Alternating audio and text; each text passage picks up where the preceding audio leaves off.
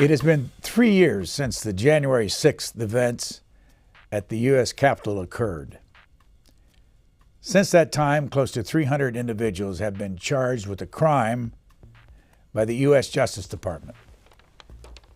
Because of the Sixth Amendment to the U.S. Constitution and subsequent Supreme Court decisions, defendants have a right to an attorney, and when necessary, paid for by the taxpayers. Kira Ann West has been one of those defense attorneys involved in the January 6 trials in the United States District Court of the District of Columbia. She's a graduate of Drake Law School in Des Moines, Iowa. Hi, this is Rachel from C-SPAN's podcast team, and before we get to this week's episode, I'd like to introduce you to one of the producers here at C-SPAN, my colleague Sean. Thanks, Rachel. If you're a fan of Booknotes Plus, we think you'll also like our evening newsletter, Word for Word, which brings you a recap of the day's most important political and policy events delivered right to your inbox. Read about what happened on Capitol Hill and at the White House, and watch video highlights featuring the day's newsmakers. Hear them word for word. Join our community of informed listeners and viewers. Head over to cspan.org/connect and subscribe to Word for Word today. Thanks for listening and staying connected with Word for Word. Subscribe now at cspan.org/connect. Thank you. Kira Ann West, can you tell us why you decided to become a defense attorney? I can. I started my career as a law clerk for a federal district judge. I then went to a U.S. Attorney's office in Houston, Texas. I quit my job there to raise two little boys. And when I was not working, I was asked to find a lawyer for someone I knew in the Chicago area who had been accused of a crime that I believed that he did not commit.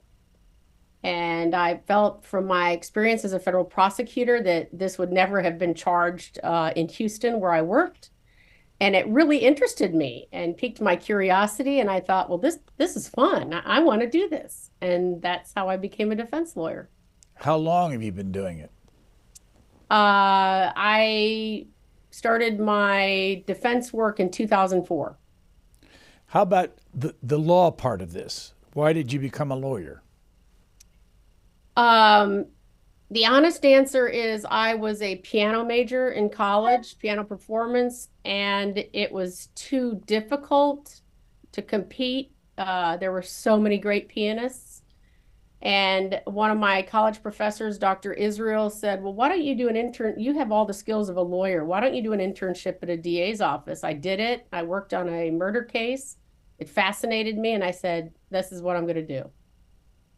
How did you get involved in the January 6 trials?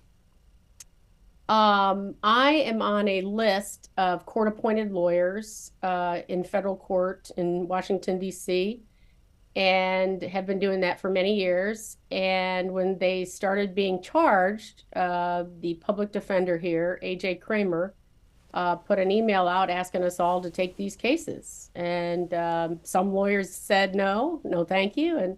But I was one of the lawyers that said I'd be happy to do it. How many have you done?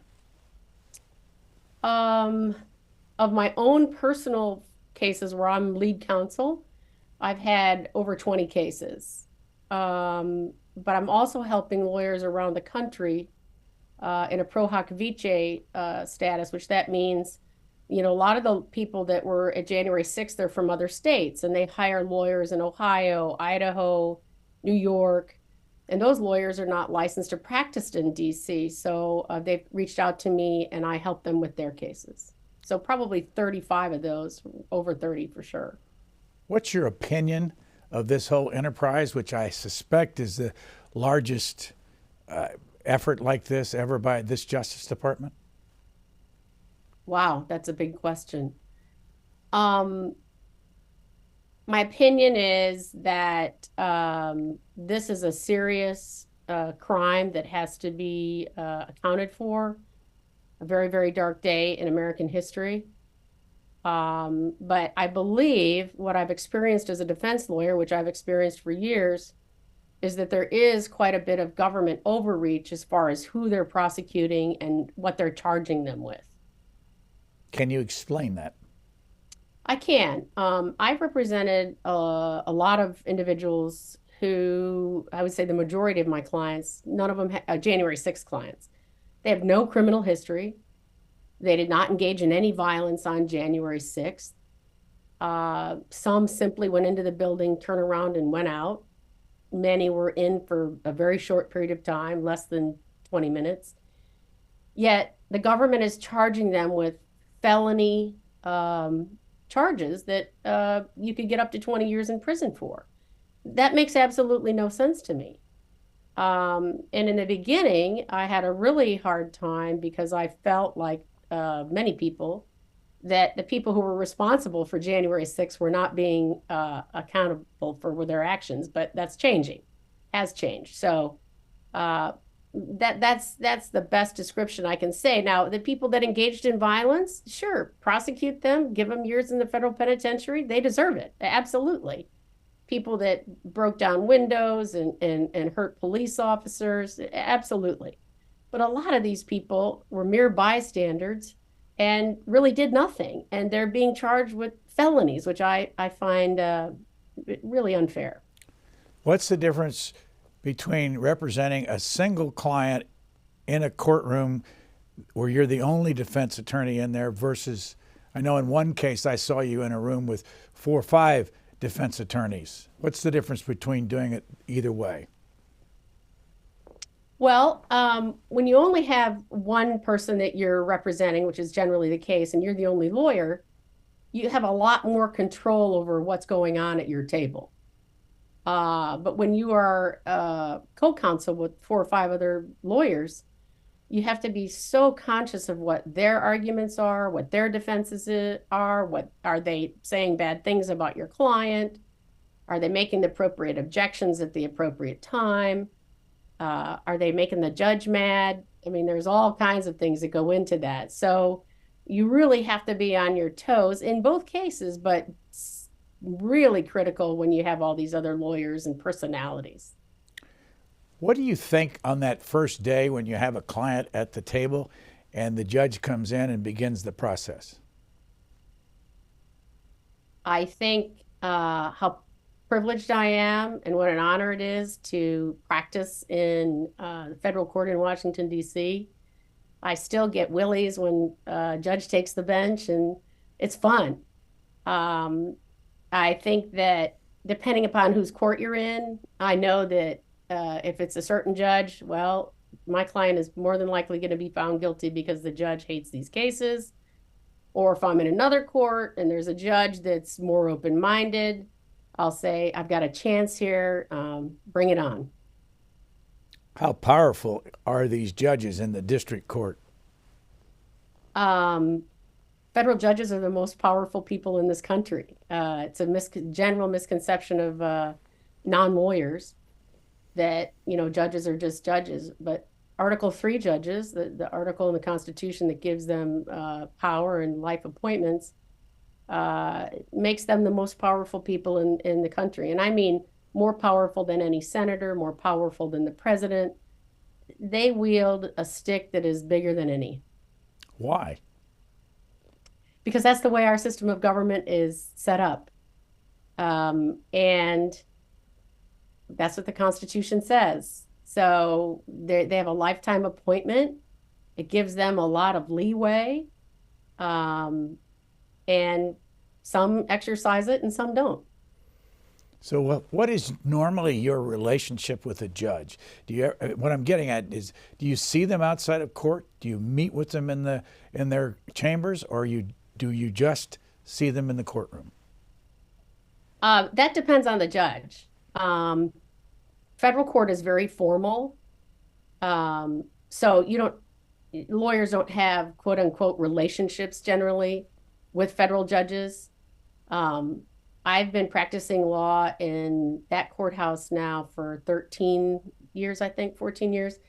And so I have relationship with certain judges that I have met with in chambers. Some judges are open to that. And there are other judges that I wouldn't even think about going to chambers and asking them a question. I just wouldn't do it just based on who they are. But I clerked for a federal judge, and I was super fortunate that he taught me that federal judges are just like anybody else. We're no better than anyone else. And so I am not reticent to approach a federal judge. I have approached a couple of them just to ask how I could do a better job, and they were both just wonderful in speaking with me. Some judges are more fun than others, and at this stage in my career, I'm towards the end. I kind of like to go to courts where I like to have fun and enjoy the judge and learn. I'm always learning. And so I kind of gravitate towards those courts. As you know, anybody can come to the D.C. District Court and watch a trial. What would you advise somebody, knowing what you know, if they come to this courtroom, what are they going to see, and how should they prep for it? I don't know if there's if you're a historian or a professor, I would say you should prep for it by reading about that judge or reading about the case, doing some research on that. But if you're like an average citizen and you just kind of want to see how the process works, I think you just go down and kind of watch what happens. January 6th cases have really drawn a lot of people from the general public because they're interested, they're curious as to what's going on, which is unusual. It's not the usual case with all my other cases I have. People aren't really interested in somebody who's come over the border or somebody who is into international drug trafficking. We just don't get people from the general public generally sitting in there. We get classes of law students, law professors, things like that. But I think I wish people were more engaged and knew more and could see how this happens. But we're in a bubble here in Washington, D.C.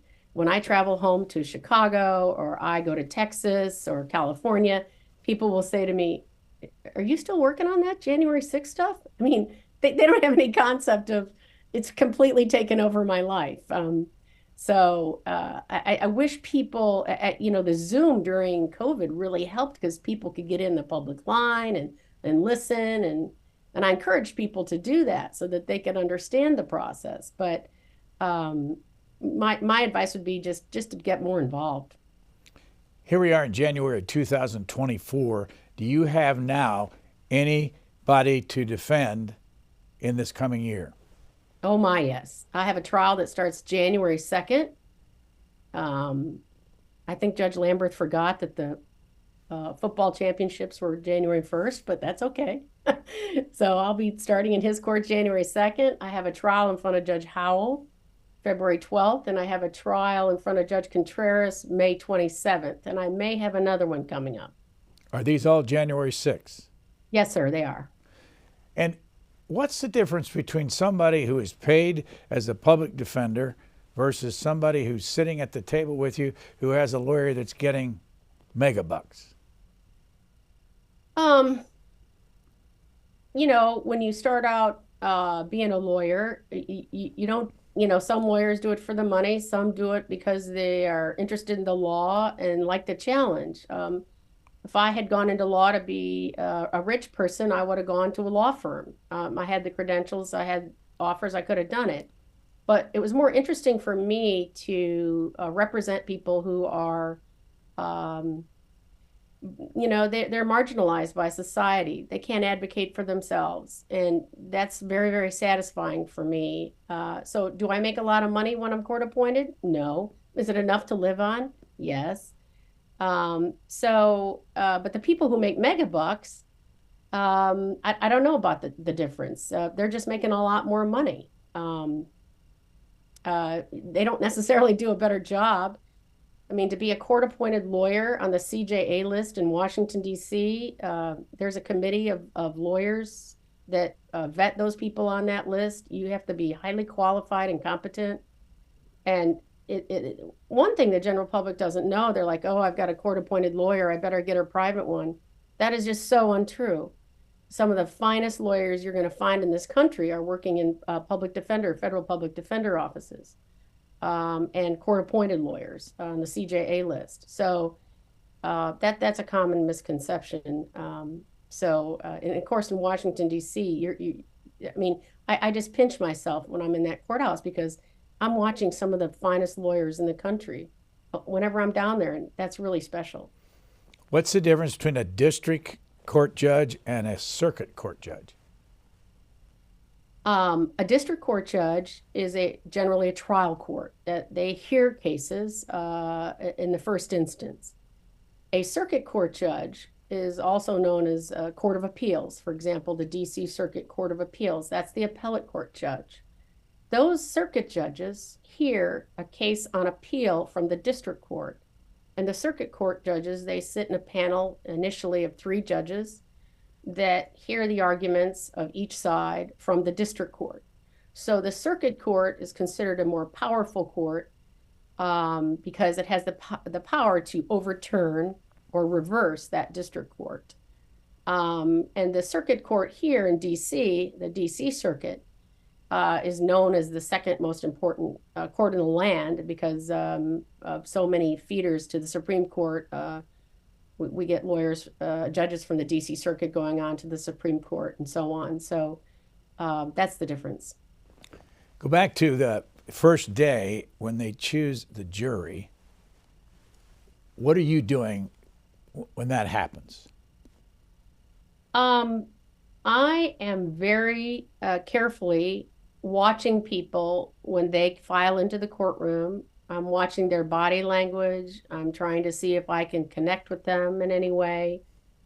I try to see what books they're carrying and reading. I try to see what newspapers they're reading, if they have one. Washington, D.C. Has a really interesting population as far as the people who are on jury panels. So I'm watching those people and I'm looking at the jury list that the clerk gives us to figure out, I know ahead of time what my ideal juror is. So when those people file in, I'm starting to cross them off. When I see them come in, initially I'll put a question mark if I think that person's not a good candidate. What kind of power do you have when the selection begins? That's something the lawyers actually do have power over. In federal court, unlike state courts around the country, at least the federal court here, the judges do the voir dire, they do the questioning. But I get to pick the jury members that I want, which is really, really important. But how does that work? In other words, you can't pick all 12. No. So we get a list. The judge will say, for example, okay, we need to get through juror 44 to get 12 jurors and 2 alternates. Defense generally has 10 strikes. The government generally has 6. So we strike who we don't want. We answer all kinds of questions from the judge that the jury people do. And what they have before they come in is they have a list that they've been sent ahead of time that they have to fill out that says, where do you work? What's your job? Have you ever been a victim of violent crime? Have you had any member of your family serve in the police? Are you a member of any such a police association? Those kinds of questions. And when you read those questions, you get a sense, and the answers, you get a sense of what that person is like. And then there's people that, they want to explain more, but they don't want to do it in public. Those people are generally brought up to the bench. The judge asks some more personal questions about their answers, and the lawyers can often follow up. The judge will look at each lawyer and say, okay, do you have any follow-up questions of this person? And we ask questions. And that way we're able to figure out if this person is the best candidate for our jury. What do you say to the people who follow these cases on the Trump side of things that suggest that this is an overwhelmingly Democrat party town, that 92% of the people voted for Joe Biden, that a lot of the judges were appointed by either President Obama or even President Biden, and that everything's going to be against them? What do you say to either your friends or the public or your client? they shouldn't worry about judges that were appointed by President Obama. Some of the best judges we have in the building, in my opinion, were appointed by President Obama. But you can't argue with statistics. Michael Lewis and Moneyball taught us that. And, you know, this is a Democratic town. People here are Democrats. I don't think you can get a fair trial in this town if you were there. Culturally, people in Washington, D.C. are very, very different than the rest of this country.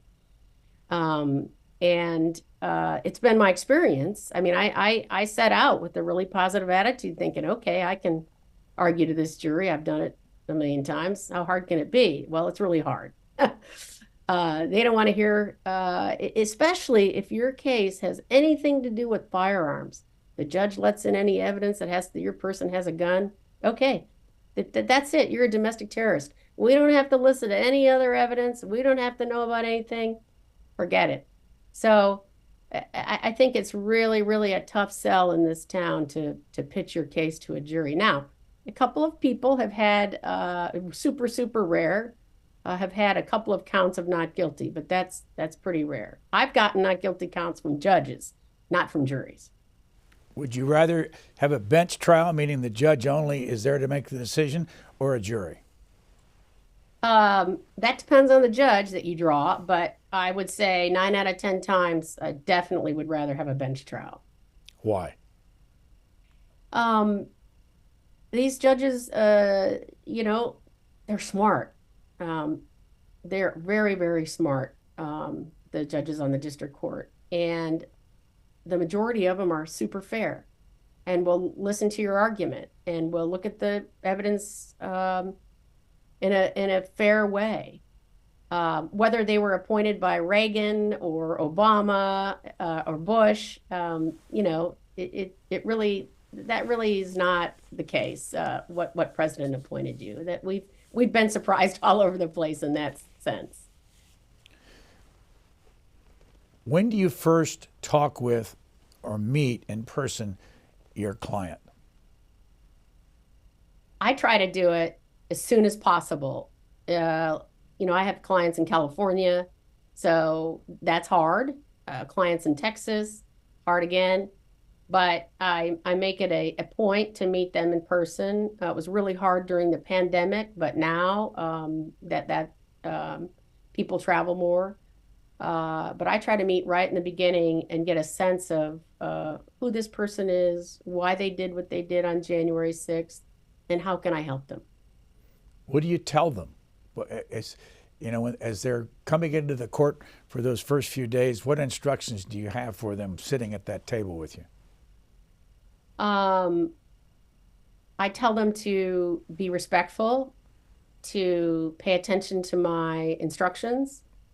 Ask me any question you want. There's no such thing as a stupid question. When you're really, if you're charged with a crime, ask me anything you want.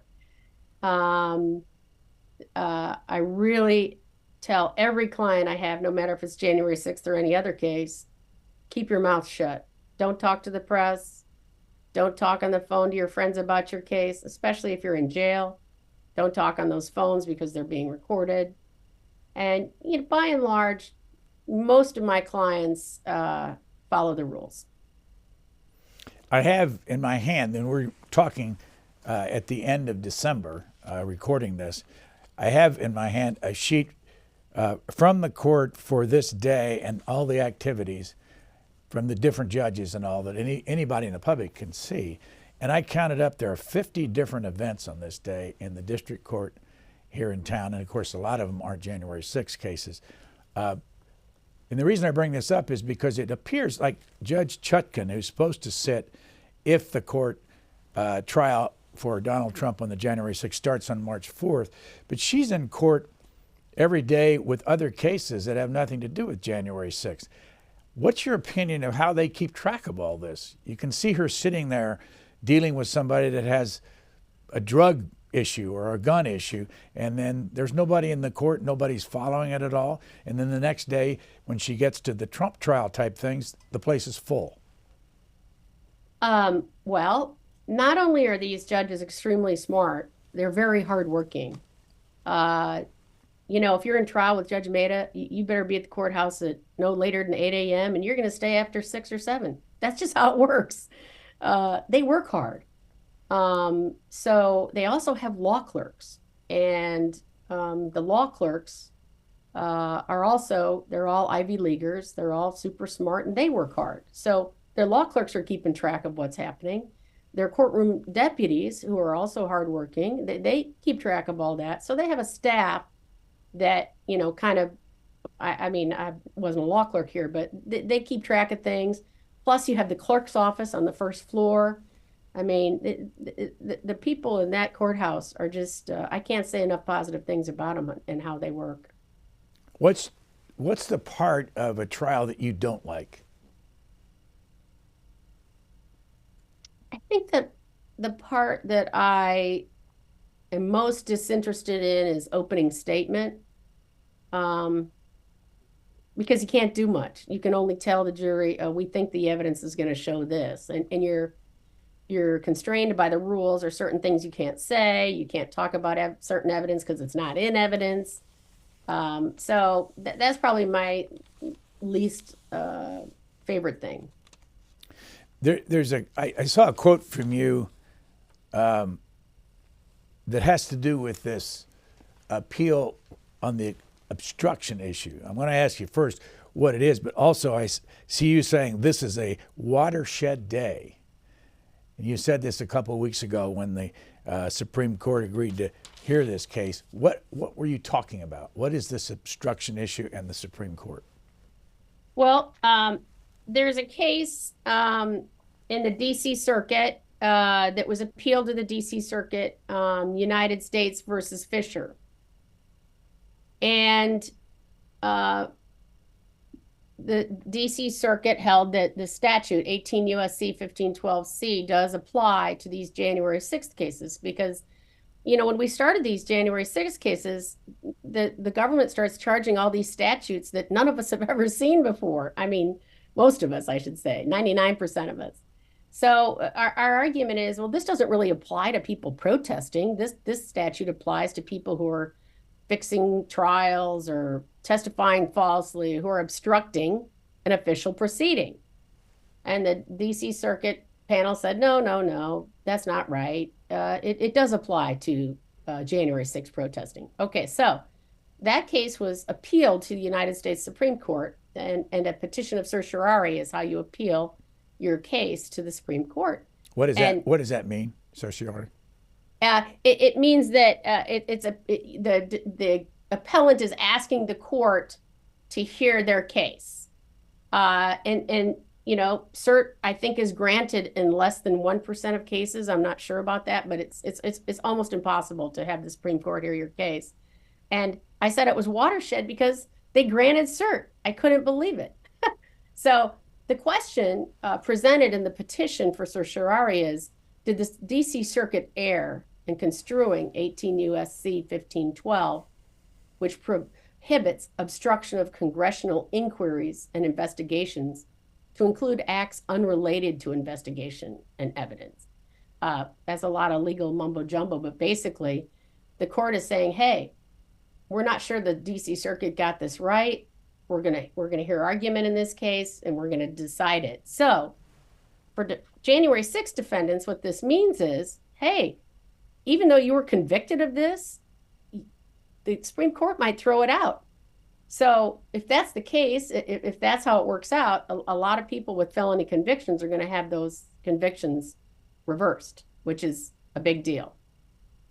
Is it automatic that they'll have them reversed?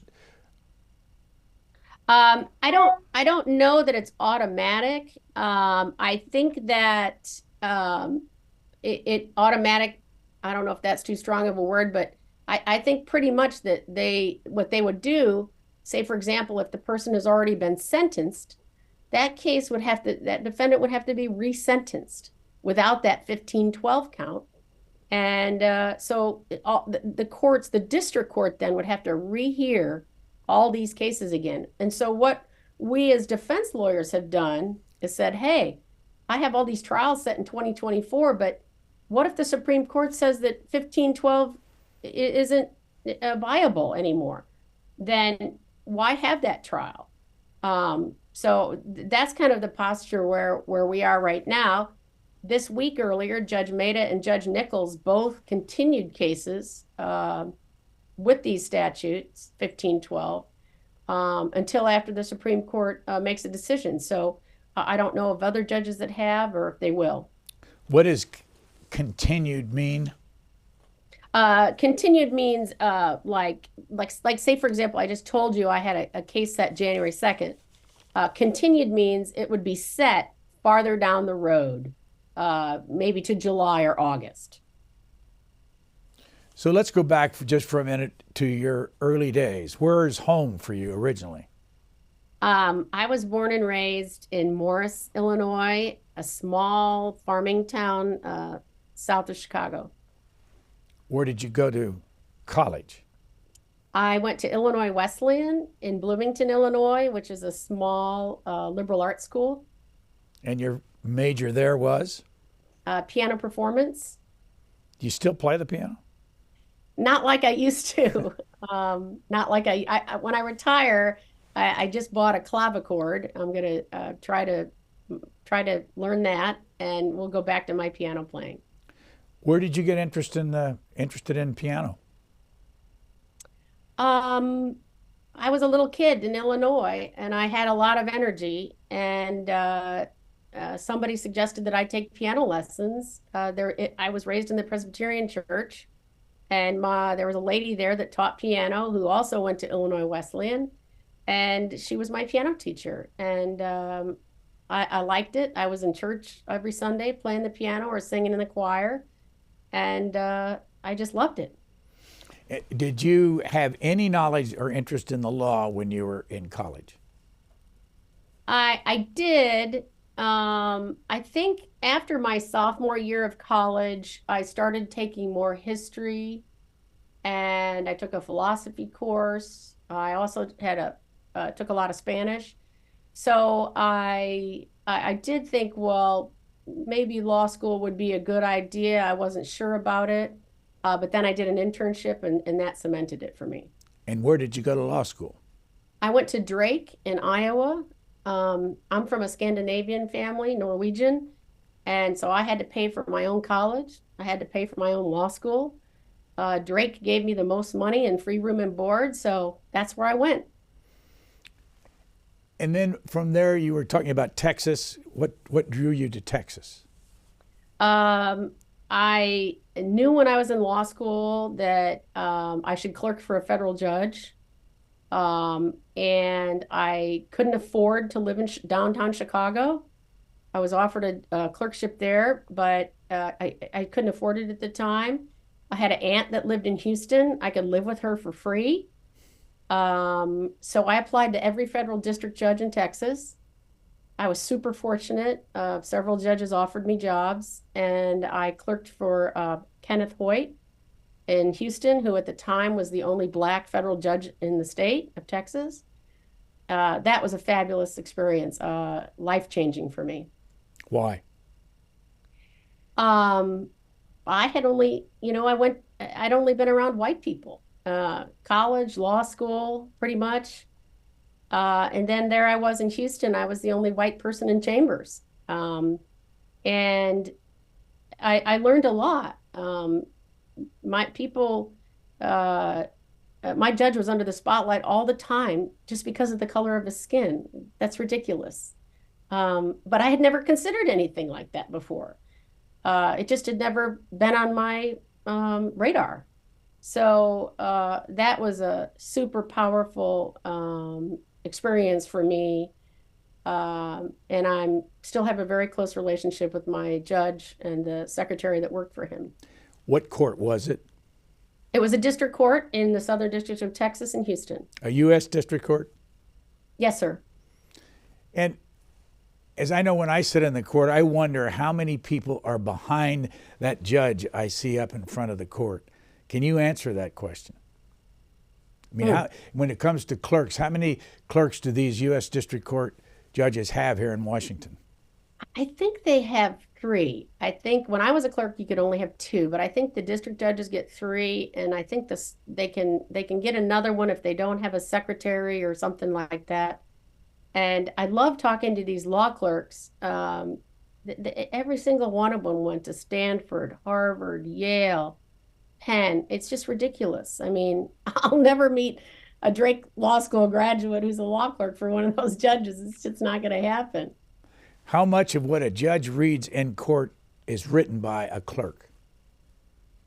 I think that depends upon the judge. Some of these judges are, I'm sure, great writers, and some of them probably would leave that to their clerks. I don't, I'm just not sure. But all these people can write. So I think it depends on the individual judge. So once a trial starts, how many clerks work on that particular trial for a judge?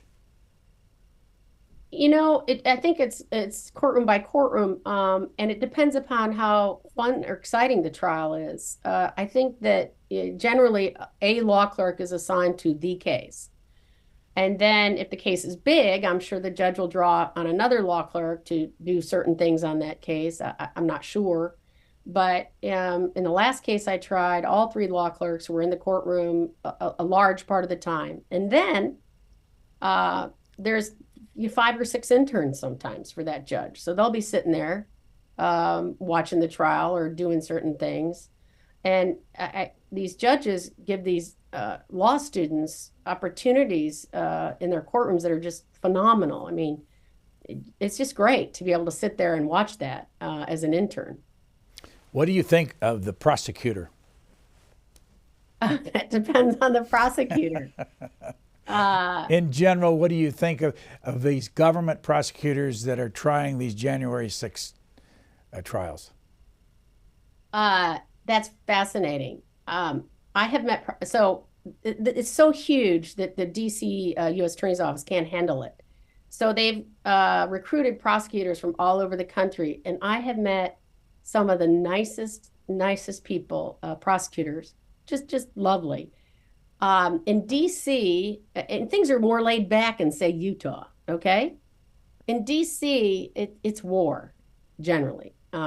These prosecutors, not all of them, but they're pretty much they're coming after you.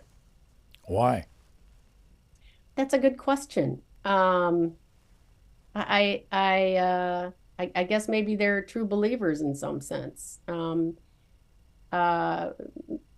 just I don't know what it is. But they're not all like that, but many are.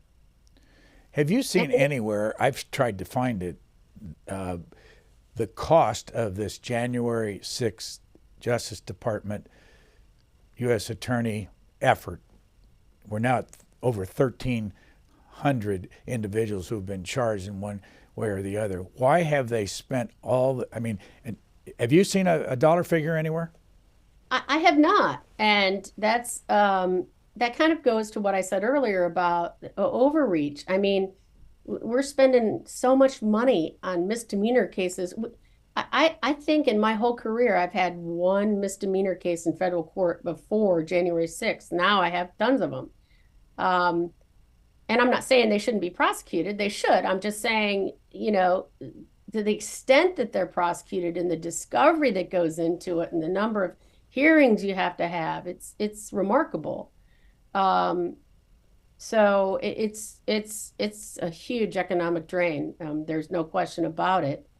And I think some of the judges have brought up the fact that, there was a lot of damage done to the Capitol, and you're only charging these people $500 restitution.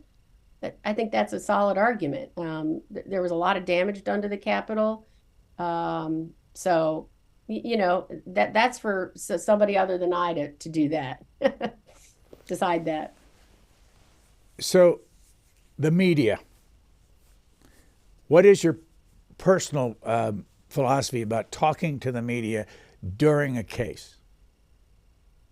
Ever since I was a very young prosecutor, my policy's always been don't talk to the media.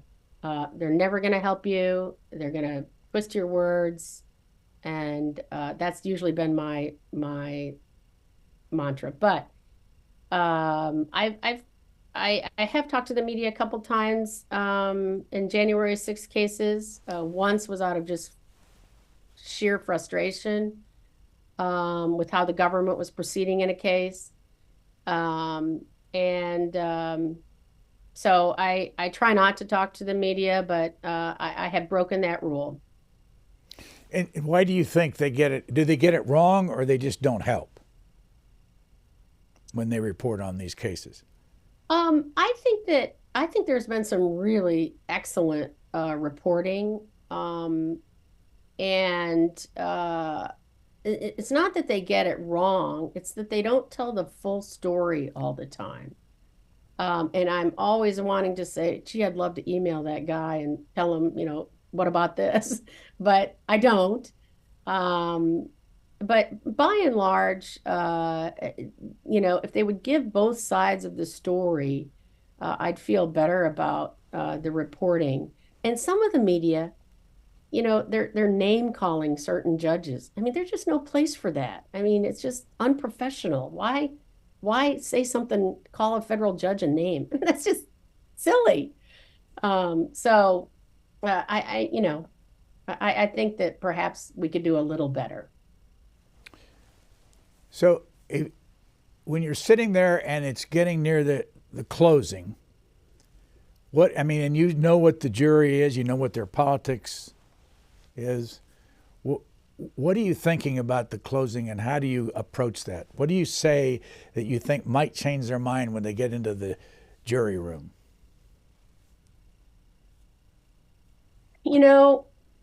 I try to harp on the burden of proof, which is in a criminal case, the hardest burden is beyond a reasonable doubt, and try to tell them, oh, well, if there's a little evidence that this happened, that's not enough. You got to be pretty sure about it. And I try to point, to the evidence that helps my case. I try to do it in the most convincing way possible. And sometimes it works and sometimes it doesn't. What do you tell your clients at sentencing about what they should say in front of the judge, and does it make any difference ever? It does make a difference. But the problem is, in cases where you're going to appeal your case, which with my clients, many of them have appealed to the DC Circuit, you don't want to say something that is going to hurt your appellate case. So you're constrained in that sense. But judges, I have found, really like when criminal defendants tell the court and others that they're sorry. Real remorse.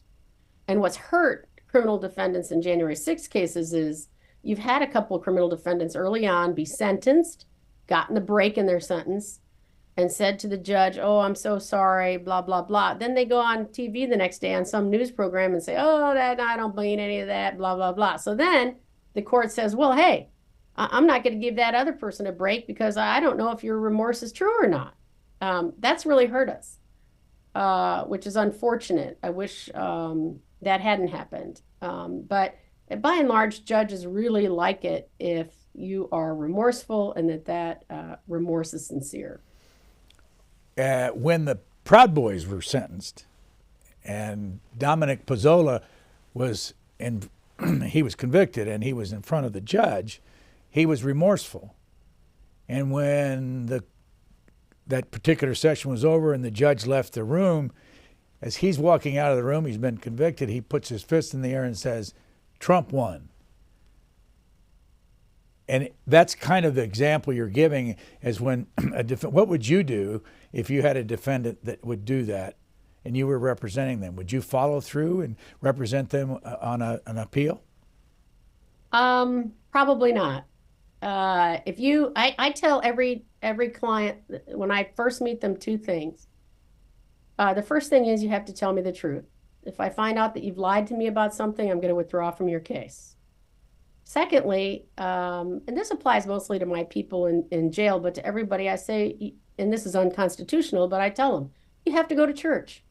I don't care what church it is. You can go to the Catholic Church, the Muslims, I don't care where you go. But you have to engage with community in some sense to help yourself and to help others. And if they follow the rules, I'm going to do the best job I can for you. I have found throughout my life personally that the church lifted me up, always has.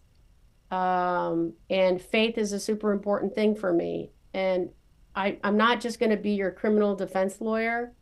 My goal is for you to have the best possible life possible when this is over. And so I encourage my clients to find something that they can believe in and be lifted up by. What if they say to you, I don't believe? That's fine. You have every right not to believe. I don't have a problem with that. One of my favorite journalists of all time is Christopher Hitchens, a non-believer. So I totally respect that. But I think when you're facing a criminal indictment, you need to rally. People that will love you, will rally around you, are oftentimes found in the church. Are you political? I was as a young person. I wouldn't say that I am now.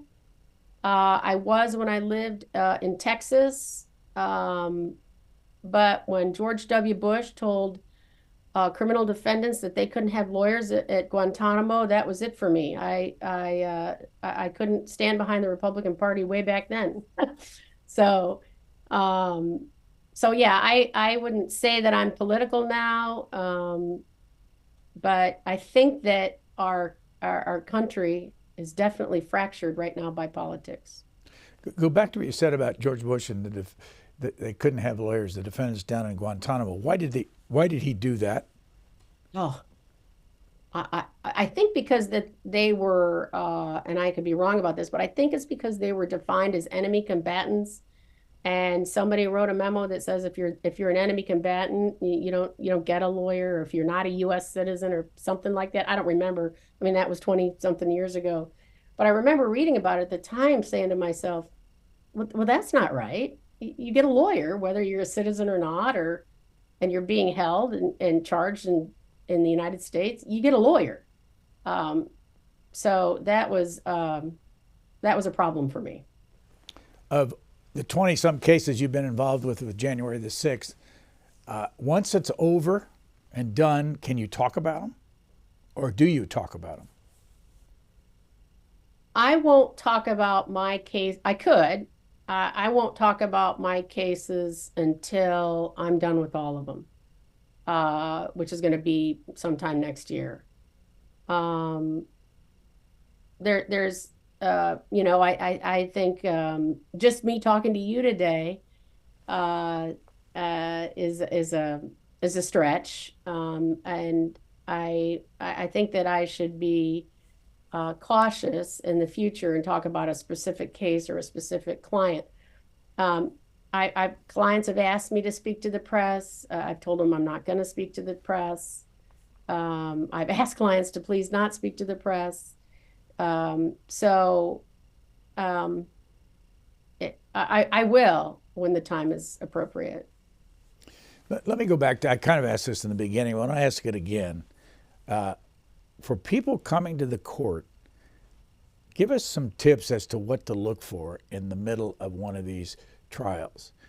At the judge level, at the jury level, and I'll give you an example of what I'm talking about. I mean, I sat in on the Proud Boys case and the Oath Keepers, not the Stuart Rhodes Oath Keepers, but the one after that.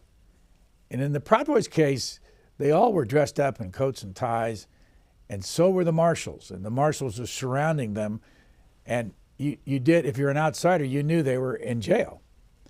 In one of the Oath Keepers case, they weren't in jail, and so there were no marshals sitting around them. I would ask first, why don't they let the jury know they're in jail? And I've seen that in other cases. What's the point? There's a case that says, and this all stems from innocent until proven guilty. It's a case that says it's a reversible error to tell the jury that they're currently incarcerated because that goes to guilt. If you weren't guilty, the judge wouldn't put you in jail waiting trial. I mean, so it's unfortunate that you noticed that there were marshals in suits in one case and not in another, because then clearly the jury could figure that out too. So what would I tell a person to look for? I would, somebody gave me advice, great advice when I was a very young lawyer. They said, what you need to do, the best criminal defense lawyer in Houston is Dick DeGuerin. You need to go watch him in court. And so I would take vacation time when I was a federal prosecutor, and I would go down to the state courthouse and I would watch Dick DeGuerin. And I'm telling you, what an education. So I would tell people here, if they asked, what lawyers to watch. We're all not created equal. There's some lawyers that are really incredible, and I would tell them to watch certain lawyers. I would tell them to keep an eye on the court to see how the judge treats it. After a few days, in some courts, you can tell what lawyer is making the judge mad and what lawyer isn't. I would watch the jury to see their expressions when someone testifies. I think that whether or not that person is believable and how it affects everybody. I tell my clients when they're in court, we call it a game face. I said, you can't make an expression when somebody testifies about something falsely. You just gotta just really check your face, be respectful, and try not to, send a message to somebody, because that's not why we're here. When Kevin McCarthy was Speaker, he released some of the video to the public from the January 6th event. And now currently, this Speaker says he's releasing everything. I'm speaking for myself. I haven't seen much of this that's been released. But I would ask you, when you heard this, what was your reaction? And do you, as a defense attorney, have access to all that video and as you plan for a trial? I'm a big believer in the public's right to know. So are the federal courts. The DC Circuit is huge on it. So that doesn't bother me. But I think that the public has a right to know what went on. Do I have access to it? I do. There is a program set up just for defense counsel called Relativity. It's so complicated and hard to use that I hired a lawyer to do it for me, who's an expert in it, Miss Cubbage, Nicole Cubbage. She's a University of Texas lawyer. She practices law with me, and she's become an expert. I mean, she's an expert on these films, and I've watched thousands of hours of January 6th tape, but she can condense it, tell us what's relevant. There's no way we can ever look at the gazillions of hours of what happened January 6th. But with the advantage of facial recognition, the government can say, okay, here's the 10 videotapes that apply to your client. And that's kind of what the judges have gravitated to. They're like, okay, if this is specific to your client, what more do you need? Is I've heard from the bench. So I have access to it. I've tried to watch all that I can. Sometimes the government thinks they've given us everything and they haven't. They've missed some things. Sometimes it's good for our clients. Sometimes it's bad for our clients. So I feel like I've had to decline doing other kinds of cases because you really have to see this stuff and live it to understand it on a daily basis. Can you do it from your office, or do you have to go somewhere? Oh no, you can do it remotely. In the very beginning, it's like binge watching on Netflix, but it was January 6th. How effective or how important has it been the way that prosecutors have used the video and the telephone information and the information from sites like Telegram and Rumble and all these places during these sessions that you've been involved in? Well, one example is in a case that I tried, the government entered into evidence a whole bunch of videos that had absolutely nothing to do with my client. It showed other people who were present on January 6th. Some guy had tattoos all over his head and his arms, and I mean he looked so scary I couldn't stand it. And they showed video of people beating up police officers, had absolutely nothing to do with my client. My client wasn't violent.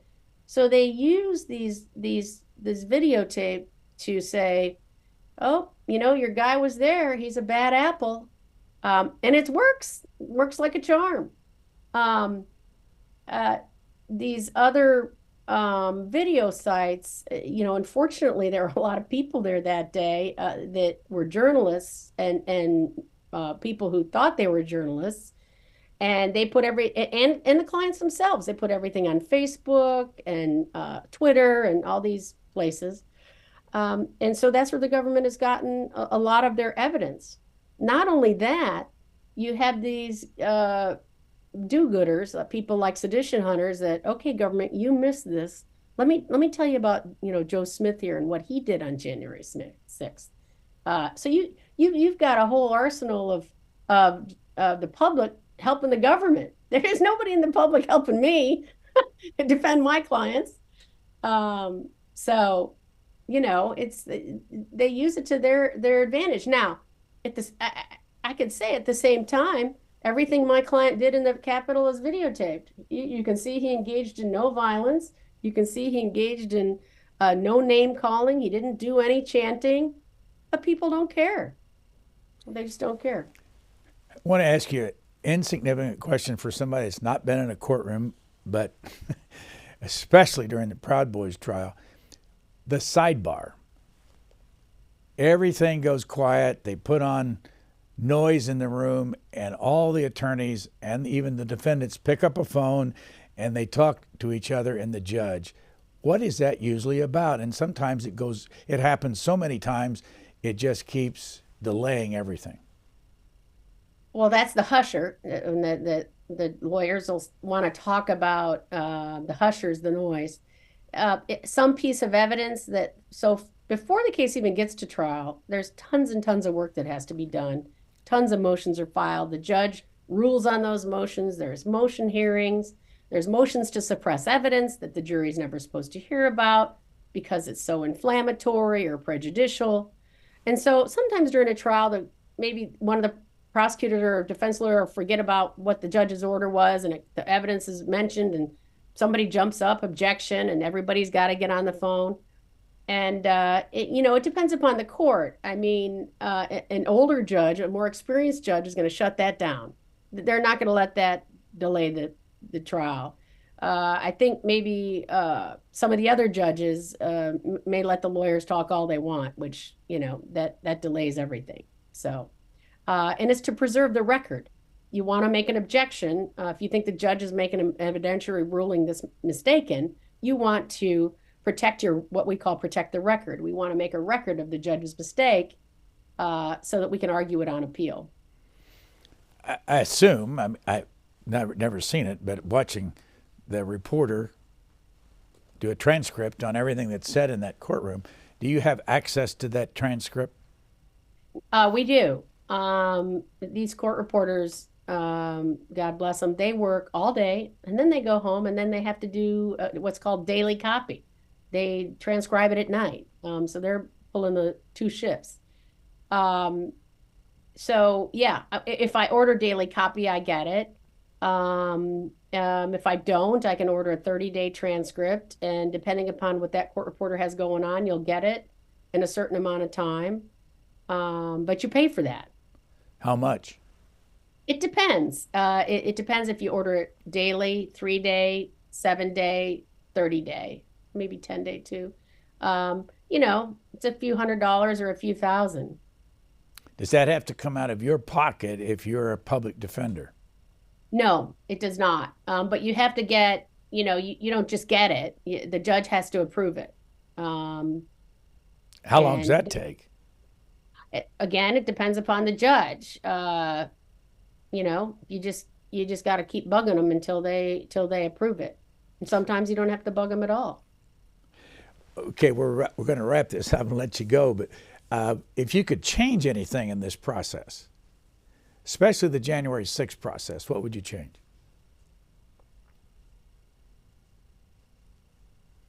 That's a good question.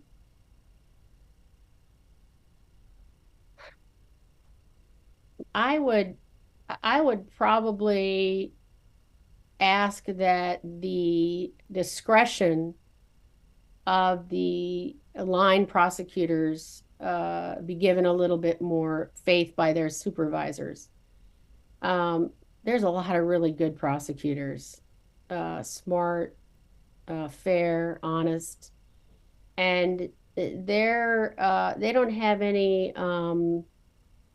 They don't have a lot of leeway in what they decide to charge or what they decide the plea process can be. I've had cases where they certainly should have pled out. We made agreements, and then they go to the supervisory staff for approval, and they say, no, we're not going to do that. And so I wish that the line prosecutors had a little bit more autonomy in charging decisions and in plea negotiation. That's what I would change. Kira Ann West, we thank you very much for chatting with us and giving us some insight into how the district court, the D.C. District Court, and the January 6th events are underway, and we look forward to maybe catching up again soon. Great. Thanks for having me. Thanks for listening to the Booknotes Plus podcast. Please rate and review Booknotes Plus, and don't forget to follow so you never miss an episode. Questions or comments, we would love to hear from you. You can email us at podcasts@c-span.org.